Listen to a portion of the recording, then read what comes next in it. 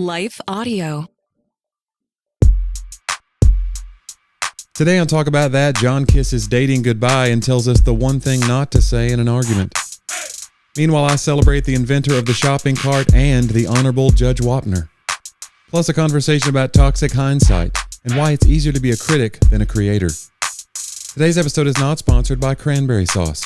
Much like your extended family, you only want to see us for one meal out of the year.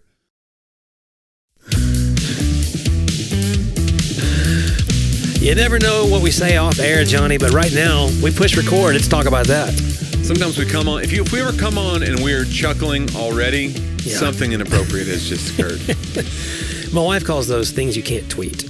Oh, that's nice. There's a lot of things that get said in the driver house between us that, I mean, quite honestly, Johnny, would make me millions. But we got a little pushback when we posted it was a clip from many episodes ago, but we posted it, our social media team posted it. It was for, we were talking about showing the Goonies to a child, your child. Yeah.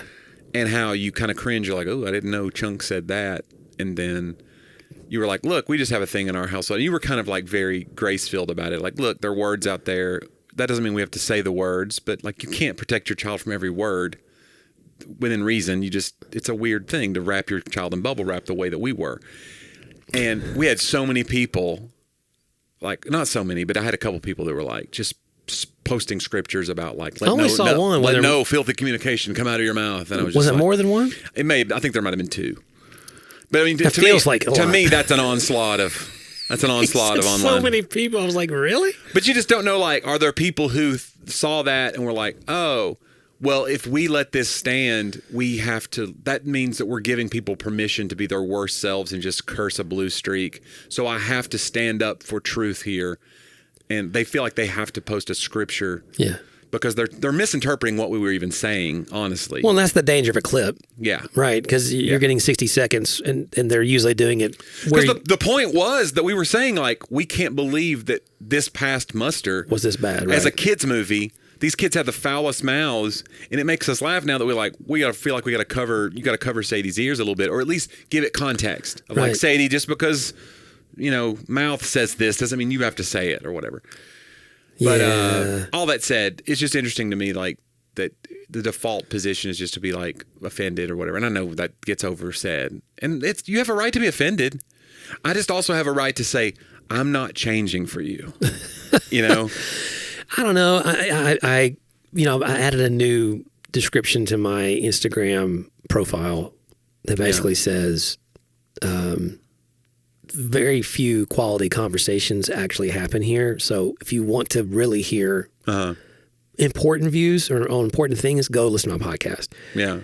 And somebody else did the same. There's another podcast I listened to, and they were talking about that. And they talk about politics a lot and other things. And they were like, look, we're not going to, you can't win. Yeah. Just putting out clips or putting out little posts and trying to do it all. And so for me, I mean, what I like about what we do here is at least we talk for 45 minutes to an hour about it. And, Well, we want sound bites, and that's because we have a short attention span. So we want, like, get to the point, like, don't bore us, get to the chorus, was what Tom Petty used to famously say.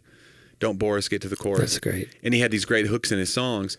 But being so soundbite oriented as a generation, and a couple of generations now, has given us the fruit of what we have, which is we have all these pithy things that sometimes have no substance. You can run an entire candidacy on it, some would say, just by being the most catchy person. And so, but also it's made us, we lack context, or we like taking things out of context. That's one of the reasons we're so offended is we can take something out of context and be like, gotcha. Right. Yeah, it's a real bomb drop kind of thing. It's a boom roasted. And that's not to say if you listen to the whole hour that you wouldn't be like, no, that's how he really feels. Like sometimes you might be right about me.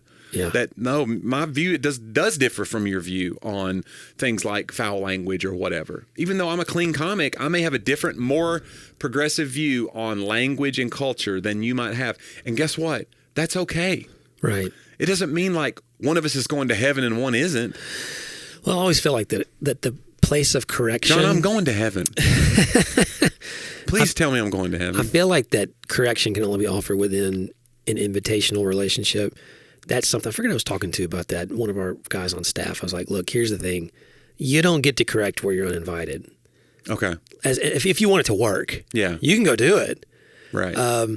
I mean, look, writing about racism or other things, we try to write Reggie and I out of a place of this was about our conversations with each other, and we're letting everybody else in. You know, if you want to come in, but the bottom line is the number one rule in counseling, at least on my end, from like a Christian counseling place, is like I don't.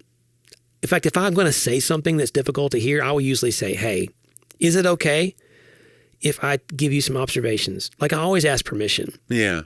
But if I just go barreling in, well, let me tell you what you're doing wrong. And that's what social media is. It's like a whole lot of counseling with no invitation. Yeah. It's just like... I've not heard that in a long time, but there used to be a thing that it was like it's the true killer of any like real dialogue when somebody goes, I'll tell you what your problem is. If it starts there, like nothing good ever came from that. Right. First of all, what he's about to say is abominable. And how you're going to take it is not going to be like, I can grow from this.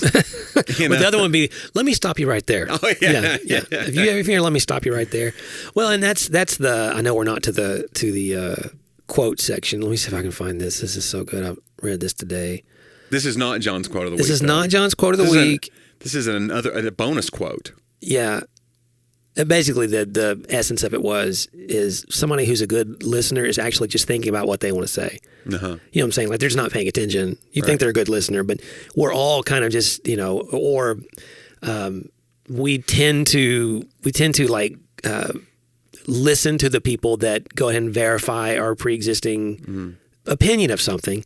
And so I think, if you can't find a way to listen, and you and I talked about that at lunch a little bit. I know we don't want to get super deep here, Jonnie, at this moment because we're only a couple minutes in, but that's what we do here. We just go right into the deep end of the pool. But if you read, like, I know I was reading this book called The Anatomy of Peace, which is unbelievable, by the Arbinger Institute, and it's worth a read. Everybody, you maybe hear me reference it here and there, but basically, like in most conflicts, what people really want in order to be able to hear what you have to say is some minute level, at least, of validation of what they're saying.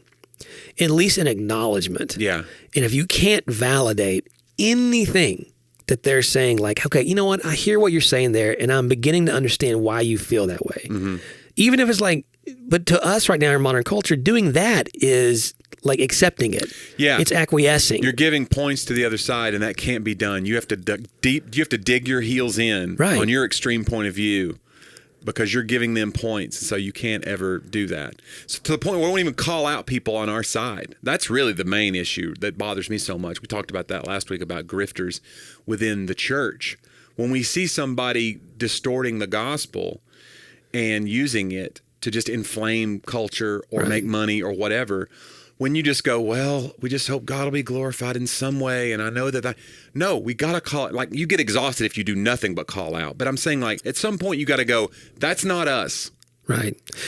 And that's what's hard, because to some extent what you allow is what you endorse. Yeah. There's no doubt about that. And certainly that's why I've thought about killing this show so many times. I'm like, John, why am I allowing this? Why? People are going to think John and I agree. I can't let that. The flip side is, like you said, I mean, you can't spend all of your time. I mean, I've known pastors who literally became online self-proclaimed watchdogs. Sure. Like that they spent their time now that's why I think social media is not the place for it. They're just taking people down. Mm-hmm. They're just perusing what content. They're rarely making content. Yeah. They're perusing content that others are making. Reaction to, yeah. Right. And they're just like, take down, boom, roasted. You know what I'm saying? And like, I thought about that too when I was talking to, we were talking about Caleb, our friend Caleb Edwards, who's great, Caleb Christopher Edwards, and how like he's making these things. And like I meet so many musicians and songwriters and singers and songwriters that are like, I wish I could do what you do. And it feels so brave to them. And I think it's the opposite. When I think about when I was making music with you, it felt more brave to me because it's like you're putting your real feelings out there, which is what so much of what I do is I'm reacting to culture. Right. I'm saying, hey, you see this stupid show on TV, and I can like have a take on it. Yeah. But if I was going to make a show, that's putting my heart out there and going, please like my show, knowing that some other comedian hack is going to like make fun of me. Yeah. It takes much more bravery to like be yourself and put your emotions out there. Ooh. Than to be like, I'm going to do a commentary on this. And that's my entire personality now is commentary on culture. Ooh, yeah, man. It's tough. And it's one of those, My job is worthless, is what I'm saying, John, and I've got to be stopped. I always say the hardest voice for me to write in is my own. And that's been a real profound Won't that preach? realization in my life as someone who writes in other people's voices. But when it's time, it's not that I don't have things to say. Mm-hmm. It's that I have too many things to say, and I'm not sure which ones should be cut away and which one's going to really make the punch. That's why I really value collaboration and editors and those kinds of things. Yeah. But there's something to be said for, in fact, it's crazy. I was talking to an editor and she said she knew another collaborator that she works with, an editor from a publisher. She said the same thing. They're working on a book with this other writer who's normally a collaborator, and it's a struggle to because you're so used to helping someone else's ideas go onto the paper versus finding your own, because you are putting yourself out there. I'm less worried about what they're going to say, I think, and just more like, I'm just more in my own head with my own stuff than I am with someone else's stuff. What we talked about last week about being on the right side of history is this new angst that we have because we've seen history play out on television the last 50 years. So it's more visible in our eyes. Right. And we're so much more aware that we can be on the wrong side of something and then be judged by future generations. And it's a new anxiety that we have. Yeah. So having a hot take on something, you may be like, well, I sold 100,000 books. And then be like, yeah, that was garbage. Well, there's a great example of that in the late 90s, early 2000s. I forget the exact year, but there was a book called I Kissed Dating Goodbye by Josh Harris. Mm-hmm. And I mean, it was a sensation. Now, I remember reading it and throwing it against the wall because it was so frustrating for me. Yeah. Because it felt like what I needed to do, but I didn't know how to do. It's an anti-dating culture. Well, it played into everything that you hated about yourself. It played up your self-loathing. And where I was struggling with purity and other things. And I think his heart was right, and I think that the message was, like you said, there was a moment in time it was received very strongly because it was reactionary to things that teenagers were struggling with. But now, you want to explain the book a little bit to people who don't know that? Remember that was the height of purity culture. I think that's worth Dating was like, we can come back to it. Yeah, we need to come back to it. Let's hear for just a few moments. It's a cliffhanger. Yeah, I like this. I like it. A word from a few of our sponsors.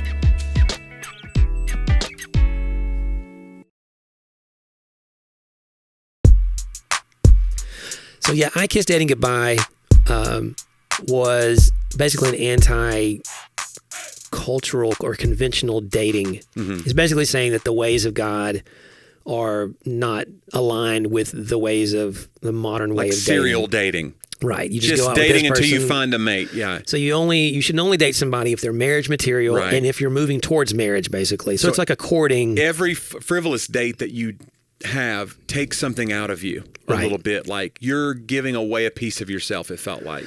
And again, there's some validity to the idea that, especially on a purity, line, or specifically on giving your heart so fully to the point that you're not recognizing what season of life you're in. Right. And now we have the other pendulum swing where it's tender and it's almost like we don't revere dating relationships enough. It's just a whatever. It's just a hookup culture. Exactly. And I think that's what he was trying to speak against. And I feel bad for the guy. He went on to be a pastor, and now he has renounced the book because he felt like it did more damage than good. And renounced Christianity. And he has renounced faith in the manner that he wants. I've listened to interviews with him in the manner that he once promoted it, that right now I consider himself a person who is not on board for where faith is at the moment. But he didn't you could tell he was still almost like he was back to being a seeker, or probably in his life was a seeker for the first time in his life.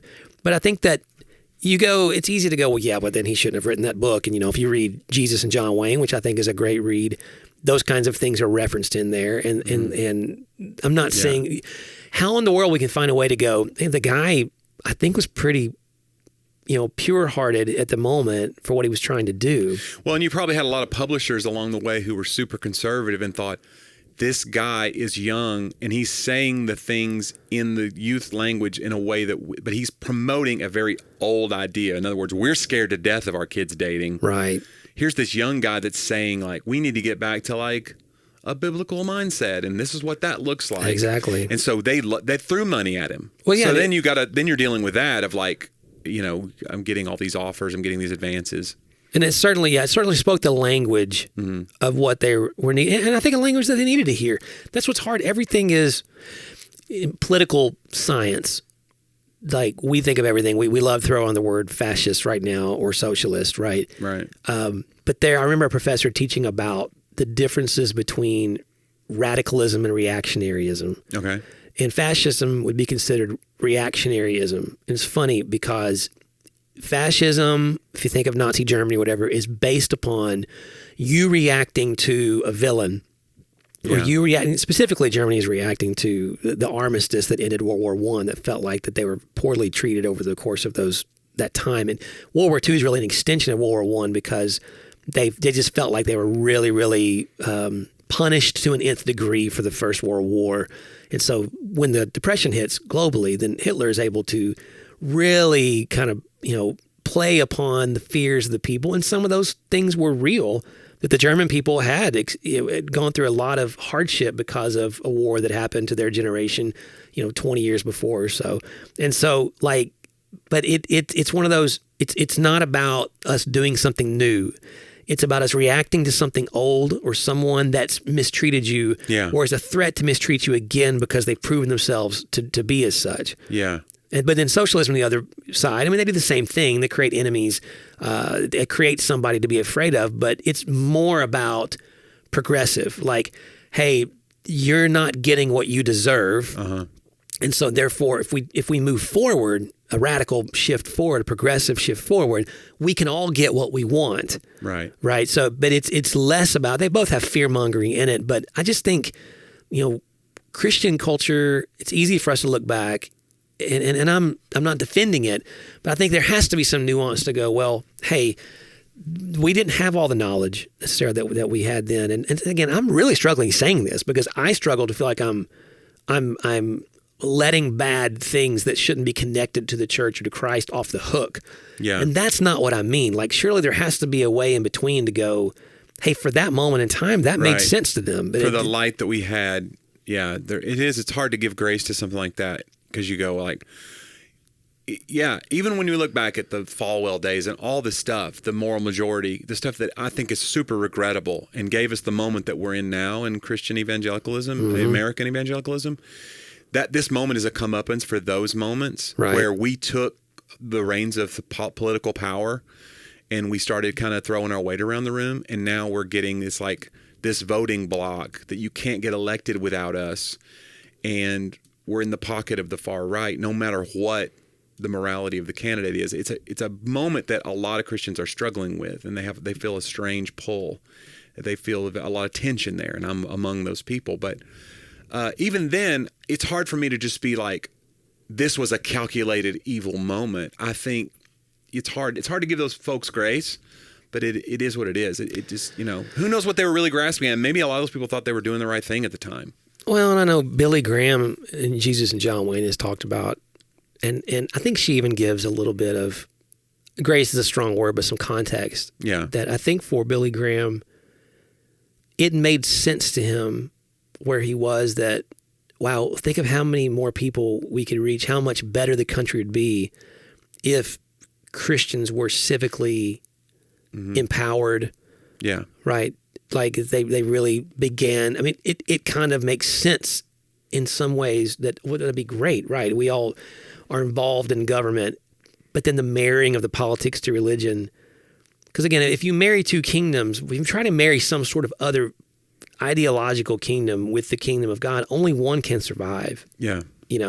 And so you're either going to push out God's kingdom principles in unintentionally, thinking that you were trying to amplify them, or God's kingdom is always going to prevail. I just mean, though, you can push yourself out of the kingdom principles. You can't push the principles out because they're always there. But it's an interesting thought, Johnny. And you know what? I think it's a great moment for us to, we got a new segment. Oh, that's right. We're doing new things around here. John's quote of the week. And every week right now, I'm working on what the intro song is going to be. So maybe we need you listeners to kind of chime in. Oh, it's the audition process. Yeah, you never know what might be. So I'm going to try something. Let's go ahead and say, guys, let's get to our quote of the week.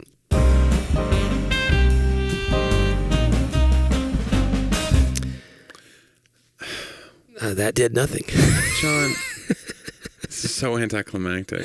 They heard it, but you and I didn't hear it. Oh, did they? But Okay. you need to know what it was, probably. Well, don't no, you? it's fine. I mean, I can just say it was probably lame.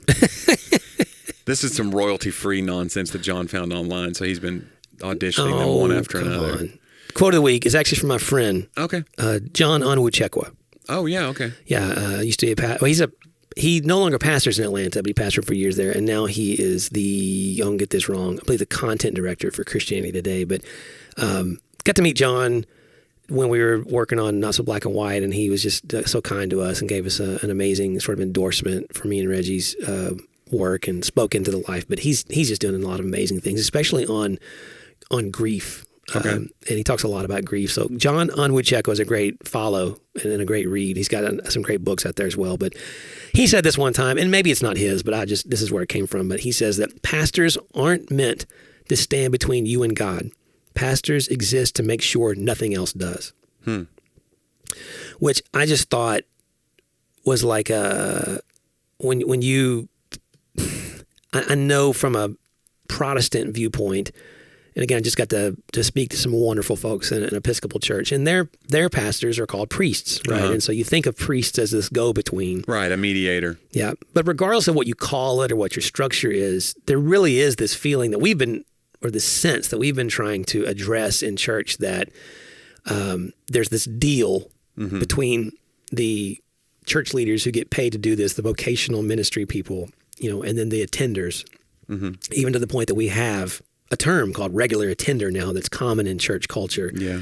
And it basically just says that, hey, you show up every week and I'll make a sermon and, we'll entertain your children and make a good experience for you. And we'll both just keep telling each other that we're doing what Jesus wants, right?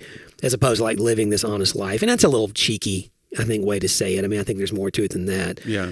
But I've lived my life, and that's part of what I'm in recovery from and what I repent of a lot to our church, feeling like one of the experts, feeling that they really need me or they're not going to get this.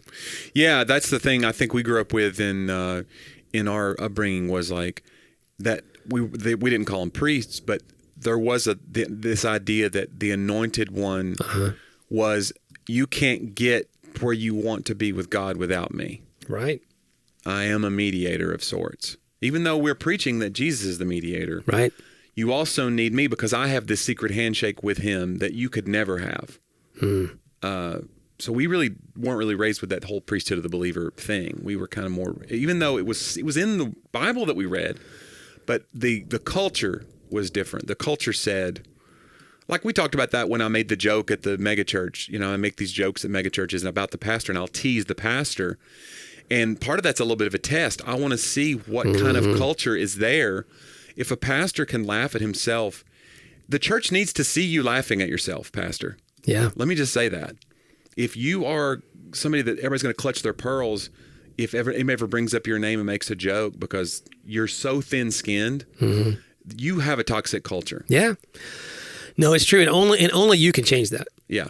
Like, again, you can't, that has to be top down. Like, you can't, if you have that sort of culture, if someone from the grassroots level tries to address that with you, then it'll just blow up in everyone's face every time.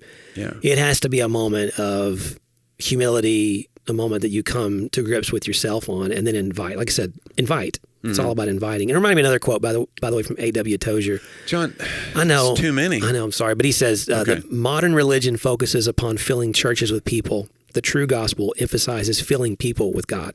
Yeah. I mean, that's that same kind of thing. Like, I'm not here, actually, and that's one of my main prayers now, even as a dad, is, and it sounds so preachy and so, like, cliche, but, like, I'm really, my greatest fear now is that, not that I'm going to say something necessarily wrong or not show up and be the best version that I needed to be for myself, is that I'm going to get in the way. Yeah. That God was actually doing work, and me trying to do whatever I was trying to do was in the way and not where it should have been. Yeah, and when I've preached on Sunday mornings, which is rare, I do it probably 5 times a year. But one of the things I share is from the story. I think it's in Luke chapter 4 or 6. It's about the person they brought to Jesus on the mat, and they had to tear the roof off. Right. And I'd read that story so many times. And I read it in a translation, I think it was New American or something, and it was a New American Standard, but it was basically, it said, the religious law keepers were gathered tightly around Jesus. Mm-hmm. And I never really saw that part of it. So the people who were literally the reason the roof had to be torn off were the people that thought that they were the closest to Jesus, but really they were in the way of somebody that needed a healing. Yeah, wow. The guy couldn't get through that needed to get to Jesus. So somebody else, and so I kind of tell that story and I go, I used to be these people that were, I thought I was close to Jesus, I was around you, but I was just a religious law keeper. And then somebody showed me one day that I was actually lame and I needed to be, lowered down to Jesus. Wow. And now I'm a guy that was lowered down to Jesus and got healed, and now I tear the roof off for other people. So it's like you're one of those three people in the story. Yeah. If you're a church person, if you've been going to church your whole life like we have, like you're one of those three people. You've been through all three, hopefully. And so I don't know. I think there's something to that. Like we forget who we are in the story sometimes. That's good stuff. How much is it going to cost to get you in here to preach that? Well, now we'll have your people now reach I've given out. it all away. No, I love that. I mean, it reminds me. Reggie tells a story similarly in Not So Black and White of the woman at the well, and how there's all these parentheses in there where in the story that he's with his disciples and they're all they're hungry. Mm-hmm. And he sends them away. And there's all these little parentheses of like, because the Jews had no dealings with Samaritans. And Reggie always asks like, hey, when it comes to specifically racism, are you the kind of disciple that's going to go talk to the woman at the well? Or are you the kind of disciple that he has to send away so that you don't get in the way of what he wants to do? Yeah. Because he knew they couldn't handle what he was about to do. Right. She couldn't handle it. She was like, "What are you doing? Like, we don't do this, And so I want to be the kind, Jonnie, that doesn't get sent away. I don't want to stand between people. I want to make sure that nothing else does. And guys, that was our quote of the week.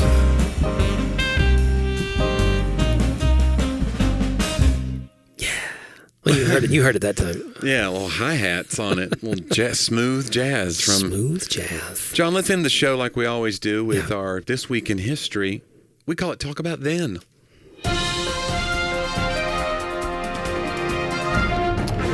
John, born this week, 1919. Died in 2017, sadly.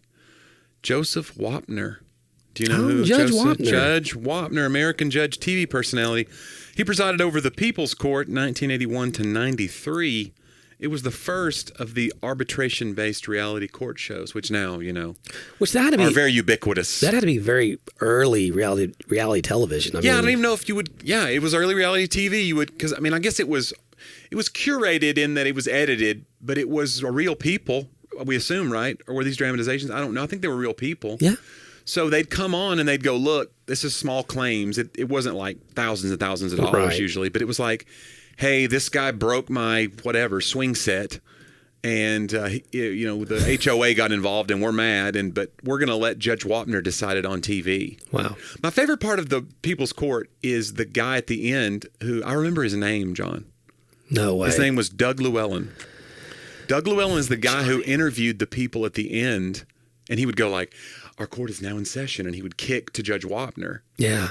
And then at the end, he'd be like, what do you think? And then the guy who lost would just be it was like one of the first things of like the players in the NFL have a contract, they get millions of dollars, but when you lose the game, you have to go answer to the press. Uh-huh. And you just have to bite your teeth and, bite your tongue and do it. Because, you're at your moment of greatest, disappointment. And they go, why do you think you did that? That fumble, how did you feel right before you fumbled? And like some guy that couldn't run the length of the football field is asking you, but right? But here's a guy who had to pay $80 for a broken swing set, and he has to, Doug Llewellyn's smug face with a microphone getting in there and be like, what do you think about the judges? And you got to do it.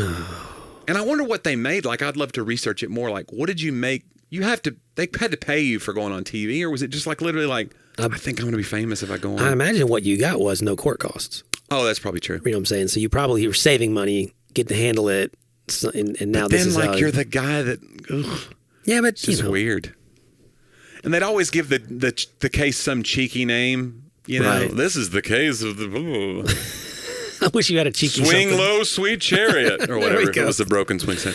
And a broken chariot. So, I've seen it. I've seen it just the once. I've seen it 100 times. John, this one from history. It's another famous infamous Dan Quayle quote. We've had a few of these on the show.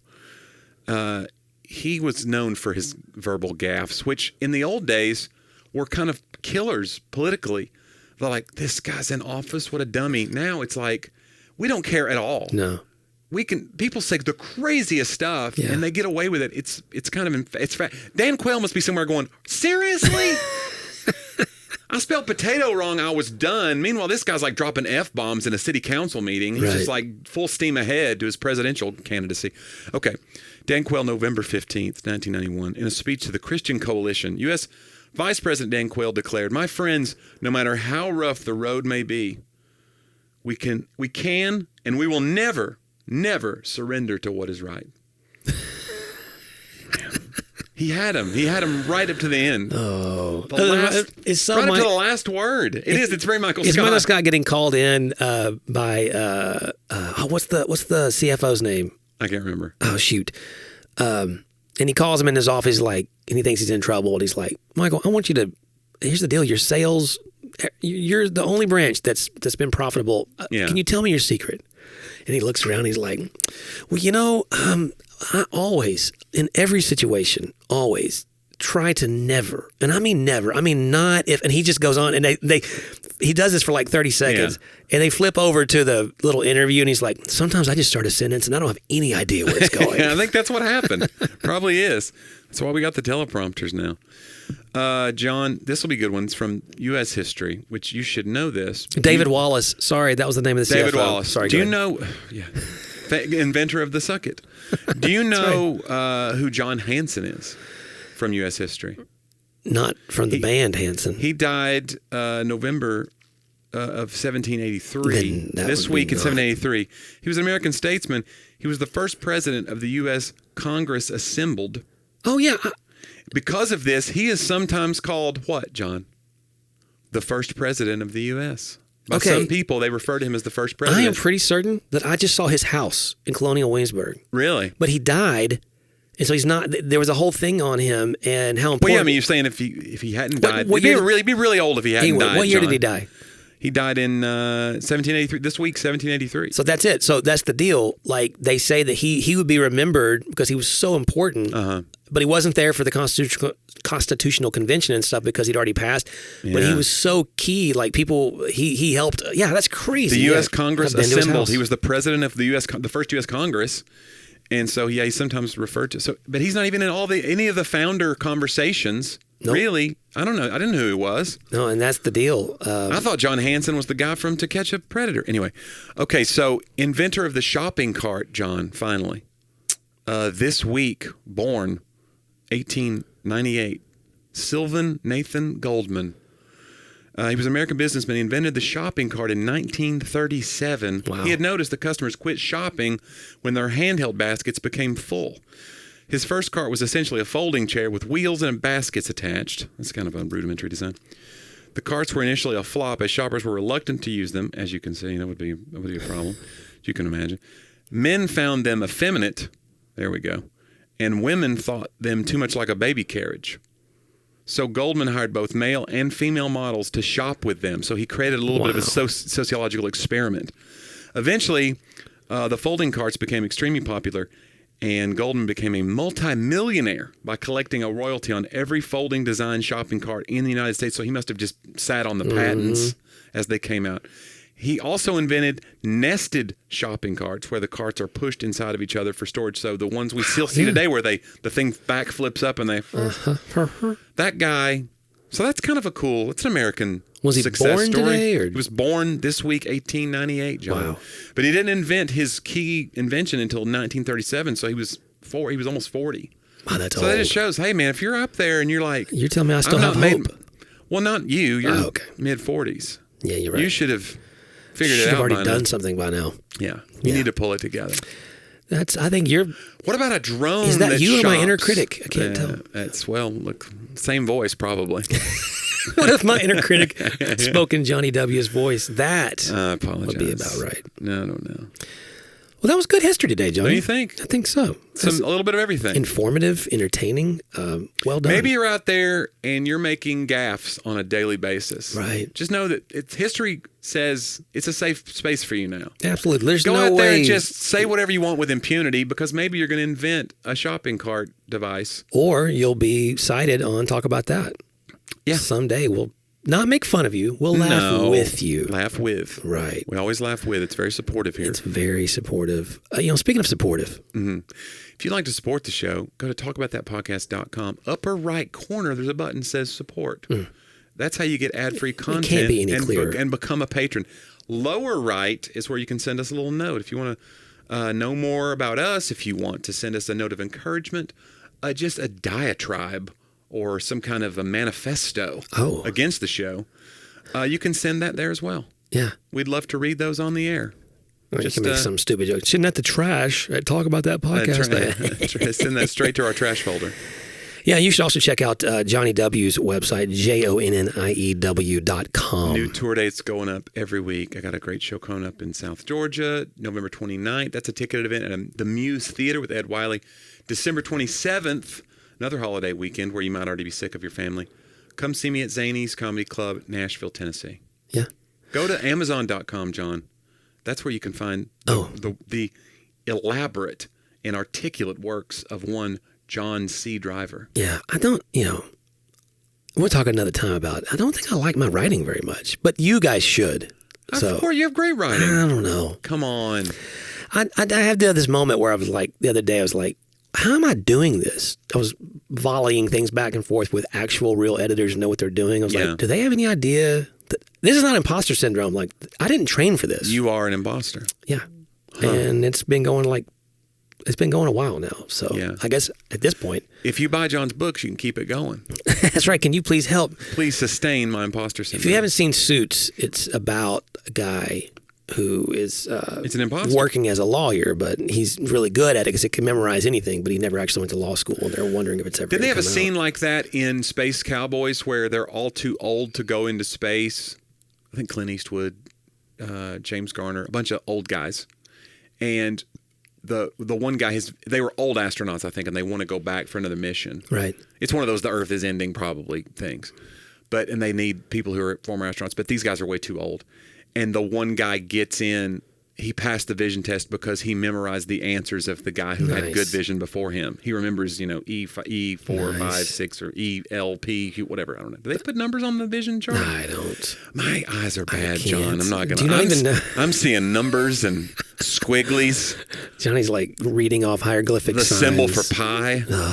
Yeah. But yeah, anyway, check out. Yeah, I appreciate that, Jonnie. That was, I know I just don't doubt yourself. Stopped all the readers from wanting to go. Listen, hey, why don't you take it easy on my buddy John? He's a good man. I appreciate that. Okay. Hey, guys, leave us a review wherever you are listening to podcasts, especially on Apple. Written reviews help people find the show. They do. And thanks to all of you who have. It really has helped, and we've had a lot more listeners in the last few months, so appreciate that. Appreciate all that you guys do every week to join us here on Talk About That.